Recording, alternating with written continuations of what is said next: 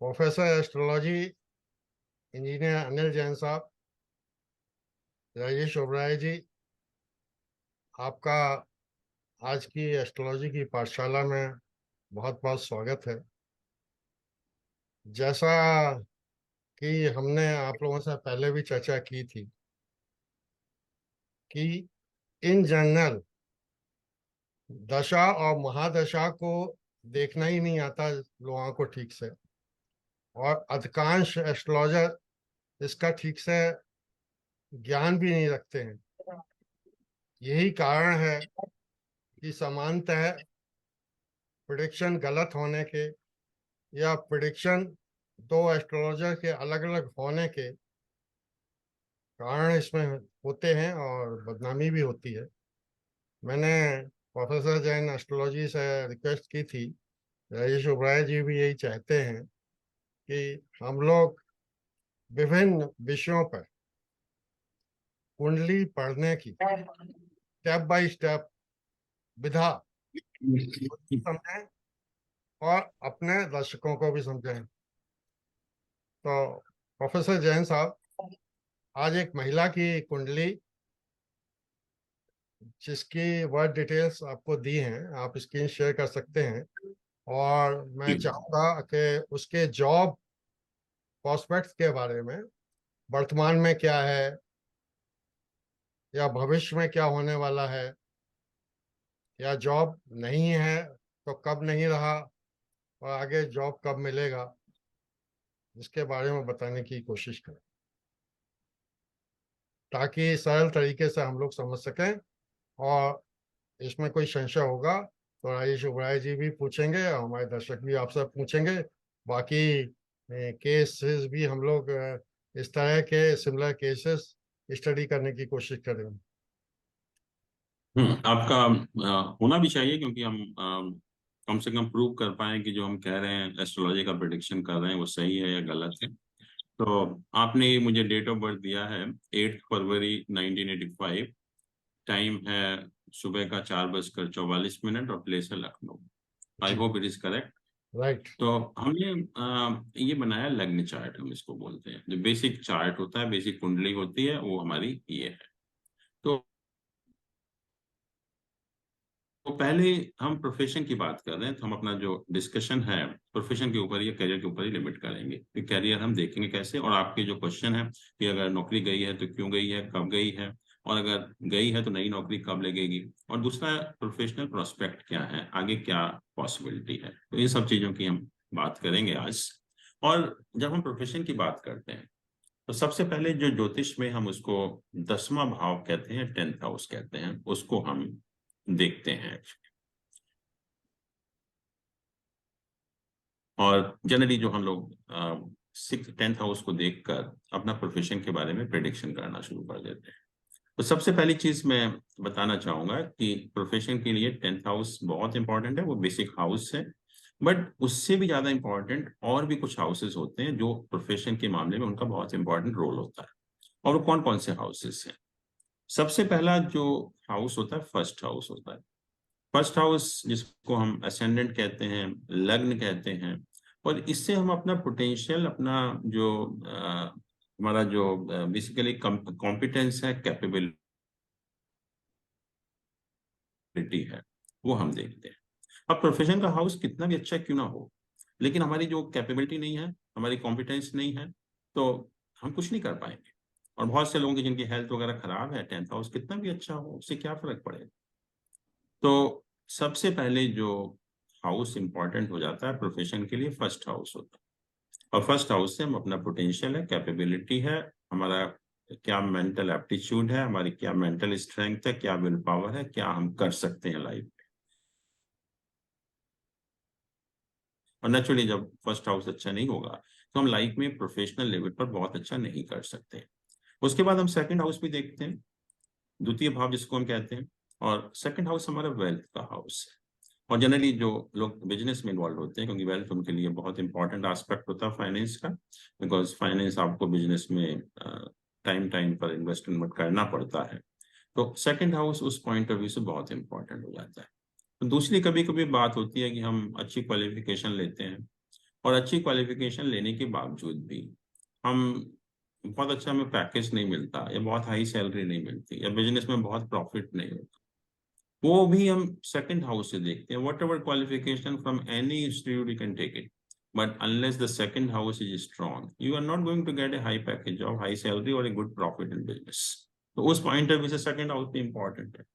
Third house हमारा initiative है, हम कितनी मेहनत करते हैं, कितना हमारे अंदर कॉन्फिडेंस है, क्या हम कर सकते हैं. तो थर्ड हाउस भी इंपॉर्टेंट हो जाता है प्रोफेशन के पॉइंट ऑफ व्यू से. ऐसा ही फिफ्थ हाउस है, ये जो फिफ्थ हाउस आप देख रहे हैं, पांचवा भाव, ये बहुत इंपॉर्टेंट हाउस है प्रोफेशन के लिए. इंपॉर्टेंट इसलिए है कि ये जो 10th हाउस है, इसका जो स्थान है 8वां स्थान है, और 8वां स्थान ज्योतिष में लॉन्गेविटी का होता है. तो ये हमारी प्रोफेशन की लॉन्गेविटी है. कई बार आप देखते हैं कि बहुत सब कुछ ठीक चल रहा है, सडनली आप देखते हैं कि आपका जॉब चला गया, या सडनली आप देखते हैं कि बिजनेस आपका बंद हो गया. तो this is to be seen from this house. और इसी से हम ये भी देखते हैं कि भविष्य में आपकी नौकरी कब लगेगी या बिजनेस कब शुरू होगा. तो ये फिफ्थ हाउस भी प्रोफेशन के पॉइंट ऑफ व्यू से बहुत इंपॉर्टेंट है. फिर ये सिक्स्थ हाउस है. सिक्स्थ हाउस क्या है? इसको हम त्रिक हाउस कहें, त्रिस्टाय हाउस कहें, बट प्रोफेशन के लिए this is the most important house. Why? Because this is 9th from the 10th house and 10th from the 9th house. 9th from the 10th house and 10th from the 9th house. 9th from the 10th house means कि ये profession का भाग्य है. इसके बिना profession में कुछ नहीं होने वाला. And 10th from the 9th means कि this is the house which indicate your output oblique input ratio. आप कितनी मेहनत करते हैं और कितना फल मिलता है. कुछ लोग आपने देखा होगा बहुत मेहनत करते हैं लेकिन फल नहीं मिलता. कुछ लोग बहुत कम मेहनत करते हैं, पूरा फल मिलता है. This is what sixth house will tell you. तो दोनों ही पॉइंट ऑफ व्यू से कि प्रोफेशन में भाग्य है आपका और आपका जो एफिशिएंसी है, प्रोडक्टिविटी है, तो दोनों के पॉइंट ऑफ व्यू से ये हाउस हमारे लिए सबसे इंपॉर्टेंट हाउस हो जाता है प्रोफेशन के पॉइंट ऑफ व्यू से. फिर 7th हाउस है. सिंपल ज्योतिष में एक प्रिंसिपल होता है भवती भवम का, कि अगर हम 10th हाउस से प्रोफेशन देख रहे हैं तो 10 से 10th हाउस को भी देखना पड़ेगा. तो वो 7th हाउस है. इसको हम बेसिकली जो 7th हाउस है वो उन लोगों को देखते हैं जो हमारी फैमिली मेंबर तो नहीं है, but they play very important role in your life. जैसे हमारा स्पाउस है, जीवन साथी है, या बिजनेस पार्टनर है, they play very important role in our life. तो हम पार्टनरशिप है या बिजनेस है, बिजनेस से कनेक्टेड सारी चीजें हम इस हाउस से देखते हैं. फिर देखिए 8th हाउस से. 8th हाउस को हम सबसे खराब हाउस मानते हैं, बट इसकी जो पोजीशन है 8th हाउस की, if you see from 10th house, this is 11th from the 10th house. 11th from the 10th house. This is the house of gain in the profession. Gain in the profession. तो एक तो luck है profession, एक ये gain in the profession है.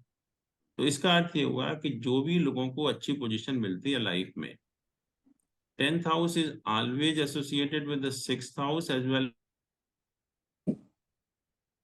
as the 8th house also, because these two houses are very important from the profession point of view. और तीसरा 9th house तो है ये भाग्यस्थान. जब तक भाग्यस्थान स्ट्रांग नहीं होगा तब तक आपको लाइफ में कुछ नहीं मिलता. और खास तौर से क्योंकि प्रोफेशन की बात हो रही है और जो लोग प्रोफेशन में बहुत अच्छी पोजीशन प्राप्त करते हैं, उनकी 3 चीजें बहुत स्ट्रांग होती हैं. एक लग्न, first house, second your mental capability, moon की पोजीशन, और थर्ड है 9th हाउस, हमारे भाग्यस्थान की क्या पोजीशन है. तो ये हम प्रोफेशन के पॉइंट ऑफ व्यू से देखेंगे. और इसको देखने के बाद हमें जो भी इस चार्ट से इंडिकेशन मिलेंगे उनको हम कंफर्म करेंगे through the relevant divisional chart. और प्रोफेशन का जो रेलेवेंट डिविजनल चार्ट है उसको हम D10 कहते हैं, दशमांश चार्ट. दशमांश चार्ट उसको भी हम देखेंगे कैसे इसमें स्टडी करेंगे. बट सबसे इंपॉर्टेंट जो हाउसेस हमने देख लिए कि कौन कौन से हाउसेस रेलेवेंट हैं प्रोफेशन के लिए, और हर हमारे लाइफ के एस्पेक्ट के कुछ कारक होते हैं, सिग्निफिकेटर्स होते हैं. मतलब कुछ प्लैनेट होते हैं जिनका बहुत इंपॉर्टेंट रोल होता है हमारे एक पर्टिकुलर लाइफ के एस्पेक्ट के बारे में. क्योंकि हम प्रोफेशन की बात कर रहे हैं तो हमें जानना पड़ेगा कि प्रोफेशन के कारक प्लैनेट कौन कौन से. और प्रोफेशन के जो कारक प्लैनेट होते हैं, सबसे पहले होता है Shani, Saturn. Saturn is a planet which prompts you to do the work. क्योंकि कर्म तो बिना आप मेहनत नहीं करेंगे तो कर्म आप कर ही नहीं सकते जो. तो शनि एक आपकी विदाउट ब्लेसिंग ऑफ सैटर्न आप काम नहीं करेंगे, कर्म नहीं करेंगे एक्चुअली। तो इसलिए देखा होगा आपने कि because Saturn is hard task master, कि जब शनि वेल प्लेस्ड होता है तो ये लोग बहुत मेहनत से काम करते हैं। और शनि अगर बहुत एफ्लिक्टेड है या वीक है तो ऐसे लोग बहुत सुस्त होते हैं, काम करना पसंद ही नहीं करते। तो कर्म का जो बेसिक प्लैनेट है वो शनि है। उसके बाद मेहनत तो सभी लोग करते हैं, हम भी करते हैं, एक लेबर क्लास का व्यक्ति भी करता है। दोनों में डिफरेंस क्या है? डिफरेंस इज कि unless we involve intelligence along with the karma, we can not grow in the karma, हमारी ग्रोथ नहीं हो सकती। तो सेकंड जो कारक है हमारा प्रोफेशन का, वो मरकरी हो जाता है, because mercury is a planet of intelligence. अब हमने मेहनत भी की, इंटेलिजेंस का भी इन्वॉल्वमेंट किया, अब हम क्या चाहते हैं प्रोफेशन? हम मेहनत करके अच्छी पढ़ाई करने के बाद we always in search of the prosperity in our life, prosperity in the profession, कि हमें हाई सैलरी जॉब मिले, हाई पैकेज मिले, या बहुत अच्छा हमारा बिजनेस में प्रॉफिट हो। तो उसकी हम तलाश करते हैं। वो किससे मिलेगा? वो मिलेगा जुपिटर से। तो जुपिटर बिकम्स द थर्ड कारका for profession. And ultimate aim in anybody's profession is to get name, fame, and status, eminence, recognition, and all those things. वो हर किसी का जो एम है, जो हम सब इतनी मेहनत करते हैं, इसी एम के लिए करते हैं, मेरा नाम हो, मुझे कुछ रिकॉग्निशन मिले, मुझे कुछ अच्छा स्टेटस मिले, सब लोग मुझे जाने। और वो किससे मिलेगा? वो मिलेगा प्लैनेट सन से, सूर्य से। तो इसीलिए कहते हैं कि प्रोफेशन के कारक जो प्लैनेट होते हैं 4 होते हैं। एक सैटर्न है, दूसरा मरकरी है, तीसरा जुपिटर है, और चौथा सैटर्न। और इन चारों प्लैनेट की पोजीशन देखकर आप ये बता सकते हैं कि आपको प्रोफेशनल लाइफ में क्या मिलेगा और क्या नहीं मिलेगा। मान लीजिए जुपिटर अच्छा नहीं है तो आप क्वालिफिकेशन कहीं से भी ले लीजिए, आपको प्रॉस्पेरिटी नहीं आएगी प्रोफेशन में, आपको हाई पैकेज जॉब नहीं मिलेगा, अच्छा सैलरी नहीं मिलेगा। सन अगर वेल प्लेस्ड नहीं है, बाकी प्लैनेट बहुत अच्छे हैं, आपके पास बहुत पैसा होगा, सब कुछ होगा, लेकिन दुनिया में आपको कोई जानेगा नहीं, आपका नेम फेम नहीं होगा। मरकरी मान लीजिए अच्छा नहीं है, बाकी सब प्लैनेट बहुत अच्छे हैं, तो आपने कोई इसमें इंटेलिजेंस का इन्वॉल्वमेंट नहीं किया, but even then entire world knows you. जो हम लोग देखते हैं डे टू डे लाइफ में, छोले भटूरे वाले हैं, समोसे वाले हैं, एंटायर वर्ल्ड नोज देम, जबकि कोई इंटेलिजेंस का काम नहीं होता। तो ये जो है कारक प्लैनेट हो जाते हैं। फिर कुछ योग भी हैं, तो उसको भी हम थोड़ी चर्चा करेंगे इस horoscope. Now I think we should concentrate on this horoscope. तो यहाँ पर अगर हम 10th हाउस की पोजीशन देखें, यहाँ पर ये हमारा 10th हाउस है, और इसका जो प्लैनेट की पोजीशन है, इसमें आप देखिए वीनस एंड मार्स इसको एस्पेक्ट कर रहा है। Venus and Mars, this two planet are aspecting. और इसके अलावा जुपिटर भी एस्पेक्ट कर रहा है, 9th एस्पेक्ट है, जुपिटर भी इसको एस्पेक्ट कर रहा है। इट मीन्स कि प्लैनेट के पॉइंट ऑफ व्यू से it's a very good position from of the 10th house, right. तो एक तो हम प्लैनेट की पोजीशन देखते हैं उस हाउस में। सेकेंडली हम देखते हैं कि उसके लॉर्ड की क्या पोजीशन है, उसके लॉर्ड की क्या पोजीशन। तो यहाँ पर जो इस हाउस का लॉर्ड है मरकरी है, and Mercury is placed in the second house along with Jupiter, Sun, और इसको सैटर्न जो है एस्पेक्ट कर रहा है, सैटर्न एस्पेक्ट कर रहा है। तो ये इंडिकेट करता है कि जो योग की मैं बात कर रहा था, कि अगर 10th हाउस का लॉर्ड फर्स्ट या सेकंड हाउस में होता है तो एक योग बनता है जिसको हम सिंहासन योग कहते हैं।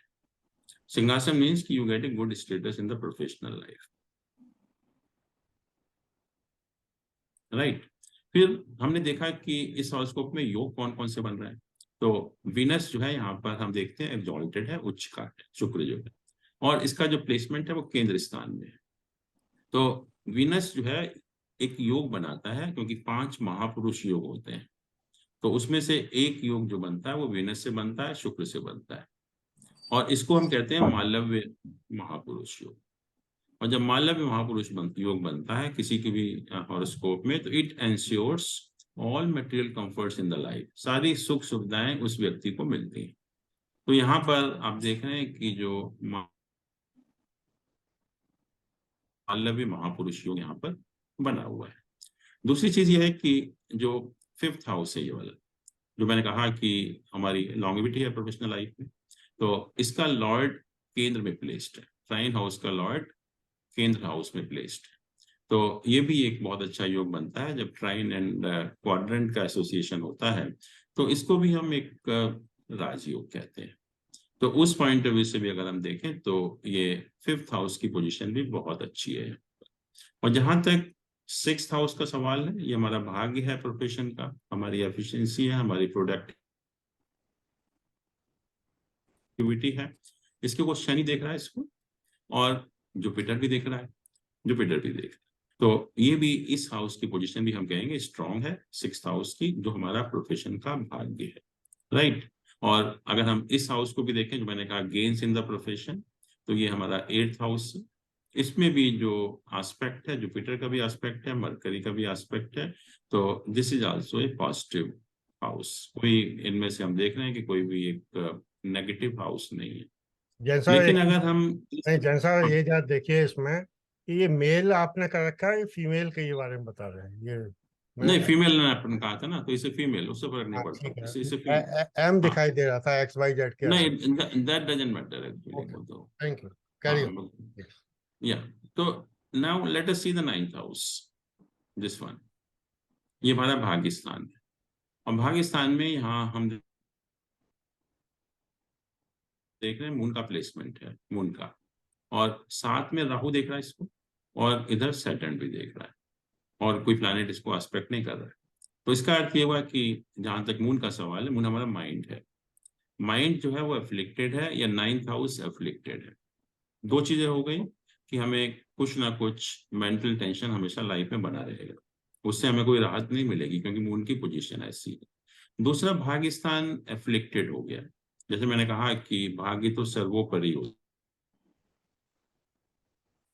है, कि अगर भाग्य अच्छा नहीं होगा तो हमें लाइफ में कुछ नहीं मिलता। तो भाग्य थोड़ा सा एफ्लिक्टेड है, तो जो हम एक्सपेक्ट करते हैं, जो हमारी उम्मीदें होती हैं, वो पूरी नहीं होती कभी कभी। तो that is the position of this horoscope. इसका मतलब प्रोफेशन के पॉइंट ऑफ व्यू से जो प्लैनेट की पोजीशन है बहुत स्ट्रांग है। और जो सिर्फ एक थोड़ा सा जो नेगेटिव चीज है कि मून एफ्लिक्टेड है, कि जो हम हमेशा मेंटल टेंशन में, या कुछ ना कुछ हमारा मेंटल टेंशन बना रहेगा लाइफ में। और 9th हाउस भी या भाग्य स्थान होने से भी थोड़ा सा ये वीक होने की वजह से जो हम एक्सपेक्ट करेंगे वो पूरा हमको नहीं मिलेगा, पूरा हमको नहीं मिलेगा। फिर मैंने कहा कि हम डिविजनल चार्ट देखते हैं, जिसको कि हम दशमांश चार्ट बोलते हैं, D10 चार्ट। तो इसका अगर हम D10 चार्ट देखें, क्योंकि हम प्रोफेशन की बात कर रहे हैं, तो ये दशमांश चार्ट है, D10 चार्ट। दशमांश चार्ट में दो तीन चीजें हैं बहुत इंपॉर्टेंट है, क्योंकि डिविजनल चार्ट का जो अर्थ होता है कि जो हमें इंडिकेशन लग्न चार्ट से मिल रहे हैं, वो वाकई में ही फ्रेक्टिफाई होंगे या नहीं होंगे, मिलेंगे या नहीं मिलेंगे। और उसको देखने के लिए सबसे पहले हमें लग्न की पोजीशन देखनी पड़ती है कि दशमांश चार्ट में लग्न की क्या पोजीशन। तो हम देख रहे हैं यहाँ पर कि लग्न का लॉर्ड 9th हाउस में है। It's very very good position of ascendant, it's a very good position of ascendant. तो इसका मतलब ये कंफर्म हो रहा है कि जो हमने देखा कि प्रोफेशन के पॉइंट ऑफ व्यू से अच्छा हाउस है, अच्छा हॉरोस्कोप है, वो हमें डिविजनल चार्ट कंफर्म कर रहा है कि professionally she will do very well, पहली चीज। दूसरा, जब हम बात करते हैं कि हमें लाइफ में बहुत अच्छा स्टेटस मिलेगा नहीं मिलेगा प्रोफेशनल लाइफ में, तब सन की पोजीशन इंपॉर्टेंट हो जाती है। If sun is well placed, we get a very good status in the professional life. If sun is not well placed in the D10 chart, फिर हमको बहुत अच्छा प्रोफेशनल स्टेटस नहीं मिल सकता। तो यहाँ पर सन की क्या position, let us see the position of Sun. तो सन का जो प्लेसमेंट है 12th हाउस में है, विच is not a good house. Exalted moon के साथ प्लेस्ड है, और इसके ऊपर कौन कौन से प्लैनेट एस्पेक्ट कर रहे हैं? मंगल एस्पेक्ट कर रहे हैं, 4th एस्पेक्ट। सैटर्न एस्पेक्ट कर रहा है, 10th एस्पेक्ट। राहु एस्पेक्ट कर रहा है, 5th एस्पेक्ट, और साथ में जुपिटर भी एस्पेक्ट। इसका मतलब इसके साथ 4 मैलिफिक प्लैनेट का एसोसिएशन है सन के साथ। तो हम यही कहेंगे कि Sun is not well placed, Sun is not well placed. तो इसका अर्थ ये हुआ है कि हमें जो प्रोफेशनल लाइफ में बहुत अच्छा स्टेटस नहीं मिल सकता। अगर हम कहें कि मीडियम टाइप का हॉरोस्कोप है प्रोफेशन के पॉइंट ऑफ व्यू से, she will do very well, there is no doubt, but she can not reach to the top. क्योंकि सन की जो पोजीशन है वो इतनी स्ट्रांग नहीं है D10 चार्ट। दूसरी चीज ये है कि जो प्रोफेशनल लाइफ में जो प्लैनेट इंपॉर्टेंट होते हैं हमारे लिए, सबसे पहले कि जो भी प्लैनेट D10 चार्ट में 10th हाउस में प्लेस्ड होते हैं, यहाँ पर मैलिफिक हो बेनिफिक हो, उसका कोई 10th हाउस से या प्रोफेशन से रिलेशन हो ना हो, but any planet placed in the 10th house in D10 chart, the dasha of that planet becomes the milestone in your career. जो आपको गेन मिलते हैं उस पीरियड में, they are really unexpected gain, they will surpass all your expectations. तो यहाँ कोई planet नहीं है। Second best is the lord of 10th house. Lord of 10th house is Jupiter है। Jupiter. So Jupiter also becomes a very important planet in her case from profession point of view, right? तीसरा, all planet aspecting the Lord of 10th house. All planets aspecting the Lord of 10th house. कौन कौन से planet aspect कर रहे हैं 10th house के Lord को? Moon भी कर रहा है, सन भी कर रहा है और केतु भी कर रहा है। Moon sun Ketu 3 planet aspect करते हैं। इसका मतलब ये हुआ कि जब इन 3 में से किसी भी प्लैनेट की दशा ऑपरेट होगी तब हमें प्रोफेशनल गेन मिले। और उसके बाद होता है कि all planet placed in the quadrant houses in the D10 chart. यहाँ पर जो 4 हाउसेज हैं, फर्स्ट 4 7 10th, इनमें जो भी प्लैनेट D10 चार्ट में प्लेस्ड होते हैं, जब उनकी दशा भी ऑपरेट होती है तो हमें लाइफ में प्रोफेशनल गेन मिलते हैं। अब क्वेश्चन ये है कि ये जो प्लैनेट 8th हाउस में प्लेस्ड होते हैं किसी भी डिविजनल चार्ट, जो भी प्लैनेट 8th हाउस में प्लेस्ड होते हैं किसी भी डिविजनल चार्ट, कहते हैं जब उनकी दशा ऑपरेट होती है तो give the death like effect in that aspect of life. और डेथ लाइक इफेक्ट का मतलब क्या हुआ प्रोफेशन में? अगर आप नौकरी कर रहे हैं तो नौकरी छूट गई आपकी, तो दे में give that type of result. Business आप कर रहे हैं, बिजनेस आपका बंद हो जाएगा। नौकरी कर रहे हैं, नौकरी छूट जाएगी। तो ये राहु एक ऐसा प्लैनेट है which can give death like effect in the profession, की नौकरी आपकी छुड़वा सकता है ये प्लैनेट जो है, ये जो राहु है यहाँ पर जो है। ठीक है। अब क्वेश्चन ये है कि हमें देखना पड़ेगा कि राहु केतु के अपने रिजल्ट्स नहीं होते, वो रिजल्ट किस प्लैनेट के देते हैं। तो हम जानते हैं कि राहु केतु के साथ जो भी प्लैनेट एसोसिएटेड होते हैं, मतलब उनके साथ में होते हैं या उनको एस्पेक्ट करते हैं, उसमें से जो भी स्ट्रॉन्गेस्ट प्लैनेट होता है राहु केतु उसके रिजल्ट देते हैं।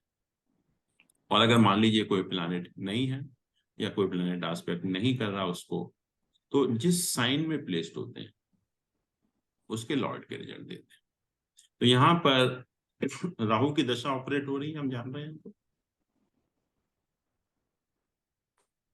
और राहु को कोई प्लैनेट नहीं देख रहा है, किसी प्लैनेट का एस्पेक्ट नहीं है, ना ही कोई प्लैनेट यहाँ प्लेस्ड है। तो इसका मतलब राहु जो है, जो रिजल्ट देगा वो प्लैनेट मार्स के देगा, मार्स के। ठीक है। तो अभी दशा कौन सी ऑपरेट हो रही है? राहु में सन की। ये 24 अप्रैल 2023 तक राहु में सन की दशा ऑपरेट थी यहाँ पर। और यहाँ मैंने कहा कि राहु मंगल के रिजल्ट देगा, और मंगल की जो स्ट्रेंथ है वो 6.7 है, और राहु की जो सन की जो स्ट्रेंथ है वो 6.1 है। तो इसका मतलब क्या होगा कि during the dasha of Rahu and Sun, she will get the result of Rahu, not the Sun. She will get the result of Rahu, not the Sun, क्योंकि सन हमने देखा Sun is a good planet from profession point of view, लेकिन जो result मिले वो राहु के मिले। और राहु मैंने कहा कि ये जो D10 चार्ट है उसमें 8th हाउस में प्लेस्ड है, तो it gives the death like effect. तो इसका सिंपल सा मीनिंग है कि जब ये राहु सन की दशा ऑपरेट हो रही थी, राहु सन की दशा ऑपरेट हो रही थी, तो before 24th of April she might have lost the job, before 24th of April, right. और उसका रीजन दूसरा भी है, मैं बताऊं आपको कि 17 जनवरी को। वैसे हाँ जैन जी। साहब, मैं 2 डेट और आपके उसके लिए बताऊं कि 1 फरवरी 21 को शी ज्वाइंड ए वेरी एप्टेड मल्टीनेशनल, हाँ मल्टीनेशनल को ज्वाइन किया था 1 फरवरी जी। इसको at a very high package, और हाँ। उसके 21 महीने बाद हम्म। 31 अक्टूबर 22 को शी लॉस्ट द जॉब ठीक एंड है। until now she is struggling for the job. This is what I'm saying. During this period of Rahu's son, she lost her job from नहीं, May 22 to April 23. आप okay, कहें ना अप्रैल अक्टूबर 22 में job lost किया। हाँ अप्रैल तो नहीं, अगर वो अक्टूबर, यस, नवंबर 22 से she had no job. She is not having any job, करीब क्योंकि राहु सन का जो, 8 महीने हो गए। हाँ, हाँ, तो राहु सन का जब पीरियड ऑपरेट हुआ, क्योंकि राहु के रिजल्ट उसमें मिल रहे थे आपको, और राहु जो है D10 चार्ट में 8th हाउस में प्लेस्ड है, और नहीं जो भी प्लैनेट, राहु वीनस का समय शुरू हुआ ना, नहीं, नहीं नहीं, मैं ये कह रहा हूँ इसके बाद Rahu Venus was up to okay 31 of May 22। उसके बाद राहु सन का पीरियड चला अप टू 24 अप्रैल 23 तक। Okay, And you are saying that she lost job in October 22 when हाँ she was running the period of Rahu and Sun. ठीक है। Okay, हाँ, तो राहु सन का जो पीरियड ऑपरेट हो रहा था, क्योंकि राहु का जो प्लेसमेंट है D10 चार्ट में 8th हाउस में, 8th हाउस में, राइट। और 8th हाउस में क्योंकि हमें राहु के ही रिजल्ट मिल रहे थे, राहु मंगल के रिजल्ट दे रहा है, Mangal is stronger than the Sun here, तो naturally we will get the result of Rahu. तो राहु की दशा में जॉब लॉस हुआ, और और उसका 2021 रीजन ये, में 2021 में फरवरी में किसकी दशा चल रही थी जब उसको बहुत बड़ा ऑफर मिला इतना अच्छा?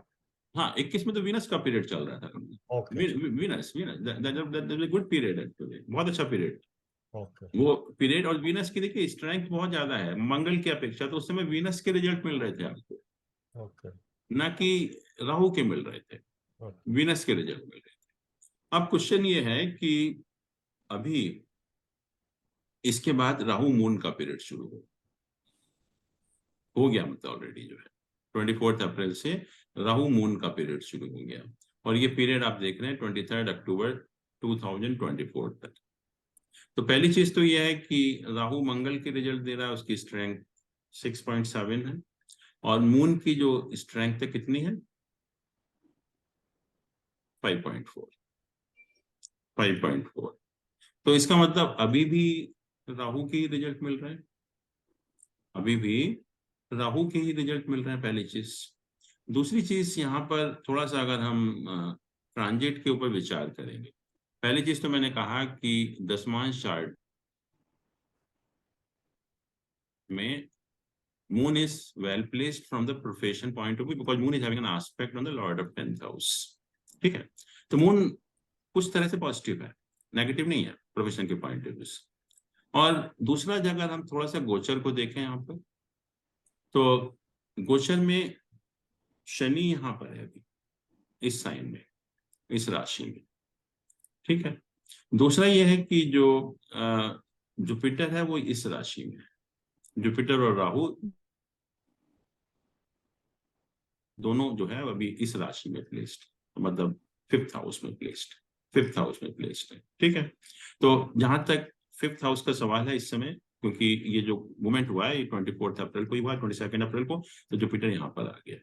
दूसरा इस समय जो मंगल है, Mars, which is the lord of 5th house, and I told you that 5th house is very important because that is the longevity of profession, so that's why the role of this lord of 5th house will be very important from profession point of view। जो आप पूछ रहे हैं कि नौकरी कब लगेगी, तो आज की डेट में मंगल यहाँ पर है 4th साइन में, 8th हाउस में placed, which is not good, right। अब मंगल जो है 1 जुलाई को यहाँ पर आ जाएगा 5th साइन में, और 5th साइन हमने देखा कि ये ऑलरेडी अफ्लिक्टेड है बहुत ज्यादा, मंगल भी है, राहु भी है, शनि भी है, इस राशि को देख रहा है, and Mangal will remain in this sign till 19th of August, 19th of August, ठीक है। और 19th of August के बाद Mars will transit to this sign, ये जो हमारा 10th हाउस है, राइट। और जैसे ही मंगल यहाँ ट्रांजिट करेगा, पहली चीज तो 5th हाउस का लॉर्ड यहाँ पर आ गया, 5th हाउस का लॉर्ड 10th हाउस में आ गया, ट्राइन का लॉर्ड क्वाड्रेंट में आ गया ट्रांजिट में। इसको वीनस ऑलरेडी देख ही रहा है, मंगल भी देख रहा है, जुपिटर भी देख रहा है उसको। तो जैसे ही 19 अगस्त को मंगल यहाँ पर आएगा, I tell you by the end of August she should get a job, by end of August, you can say from mid of August to the end of August. और आप देखिए कि 19 अगस्त को जैसे ही ट्रांजिट होगा, she will get a positive news about the job. But question ये है कि अभी भी राहु के रिजल्ट मिल रहे हैं, तो जॉब में not be to her expectation, job में not be to her expectation, और उसके लिए उसको थोड़ा वेट करना पड़ेगा, क्योंकि राहु मून में तो राहु के रिजल्ट ही मिलेंगे। बट राहु मार्स का जब पीरियड शुरू होगा, राहु मार्स का, तो मंगल के रिजल्ट मिलेंगे। और मंगल की जो पोजीशन है वो यहाँ पर हम देख रहे हैं कि 5th हाउस का लॉर्ड है और 4th हाउस में प्लेस्ड। तो उस टाइम, या मैं कहूंगा कि एक तरह से अगर हम देखें भी कि अप्रैल 2024 में जुपिटर भी यहाँ पर आ जाएगा जब वो 10th हाउस को देखेगा। तो इसका मतलब सिंपल यही हुआ कि राहु मंगल जो पीरियड होगा, that will be good from profession point of view. At that time she will get a better job, she will get a better job. लेकिन मेन चीज जो मैं कहने वाला हूं कि राहु के बाद जो दशा शुरू होगी जुपिटर की होगी, and Jupiter will be the best period of her life from profession point of view. उससे अच्छा पीरियड उसकी लाइफ में नहीं आएगा। और जुपिटर इसलिए इंपॉर्टेंट है, जैसे मैंने कहा कि जो D10 चार्ट है उसमें 10th हाउस का लॉर्ड है और 10th हाउस को देख भी रहा है। तो जुपिटर इज रियली, हम कहेंगे, एक माइलस्टोन होगा उसके करियर में।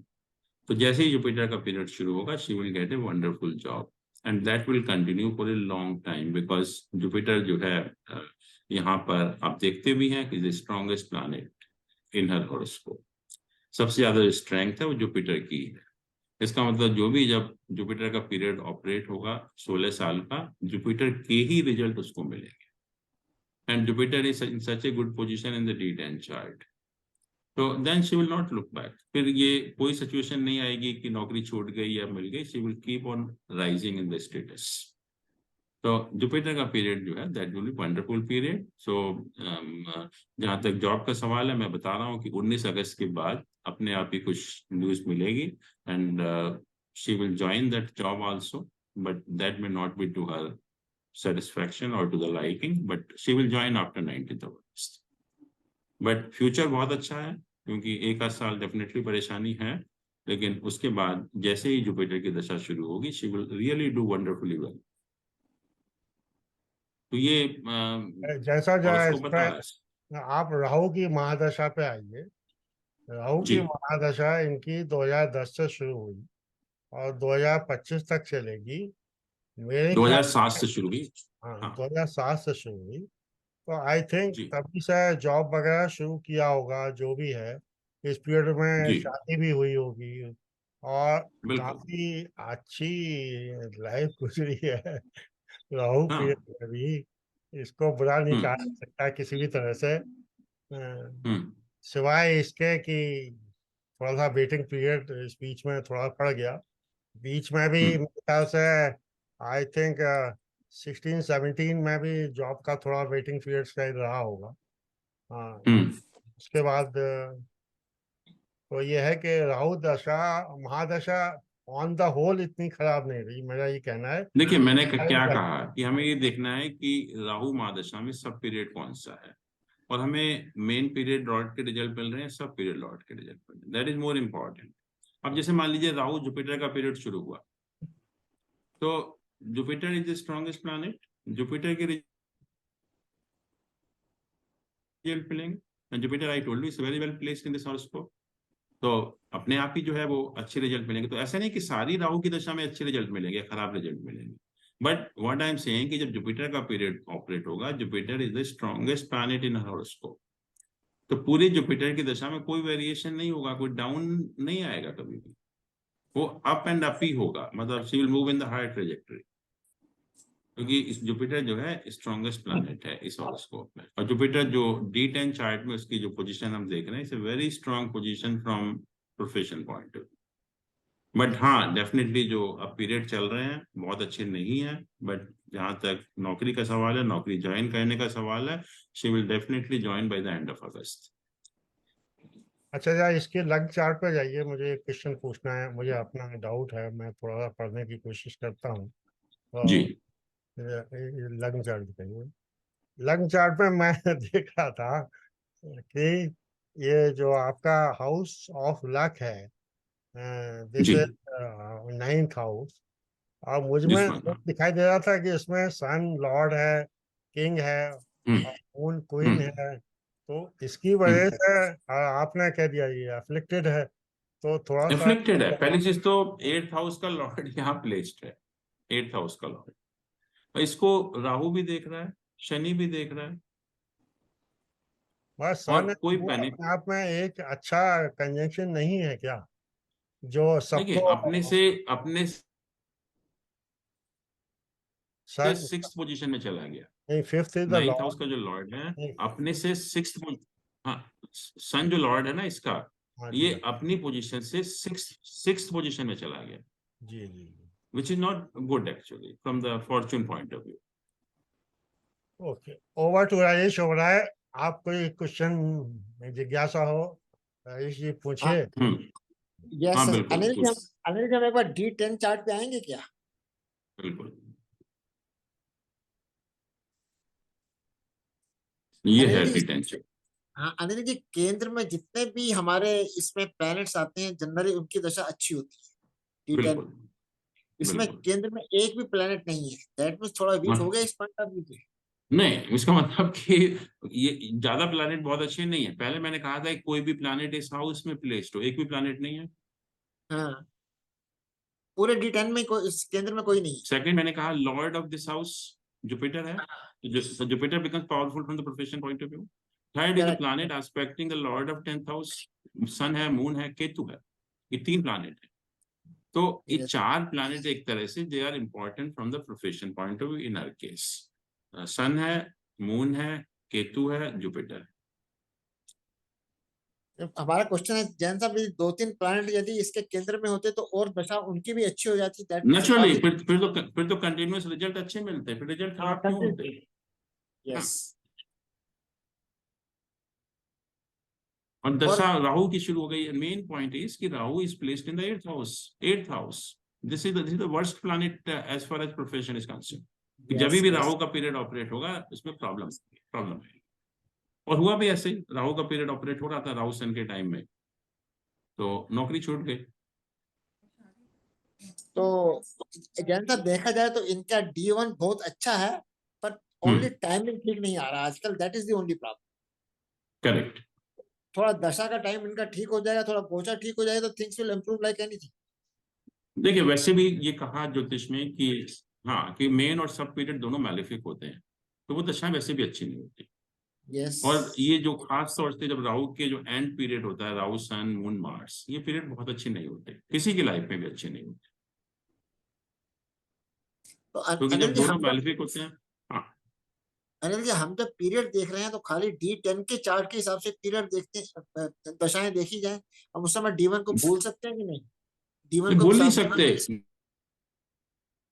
खाली प्रोफेशन के लिए D1 को भूल बेसिक सकते हैं? Indication has to come from लग्न चार्ट। अगर लग्न चार्ट में, अगर ये लग्न चार्ट में मान लीजिए कि प्रोफेशन के पॉइंट ऑफ व्यू से पोजीशन अच्छी नहीं होती, तो D10 चार्ट ओके। कुछ नहीं करता। D10 चार्ट में कितने भी अच्छे इंडिकेशन होते हैं उसका कोई फायदा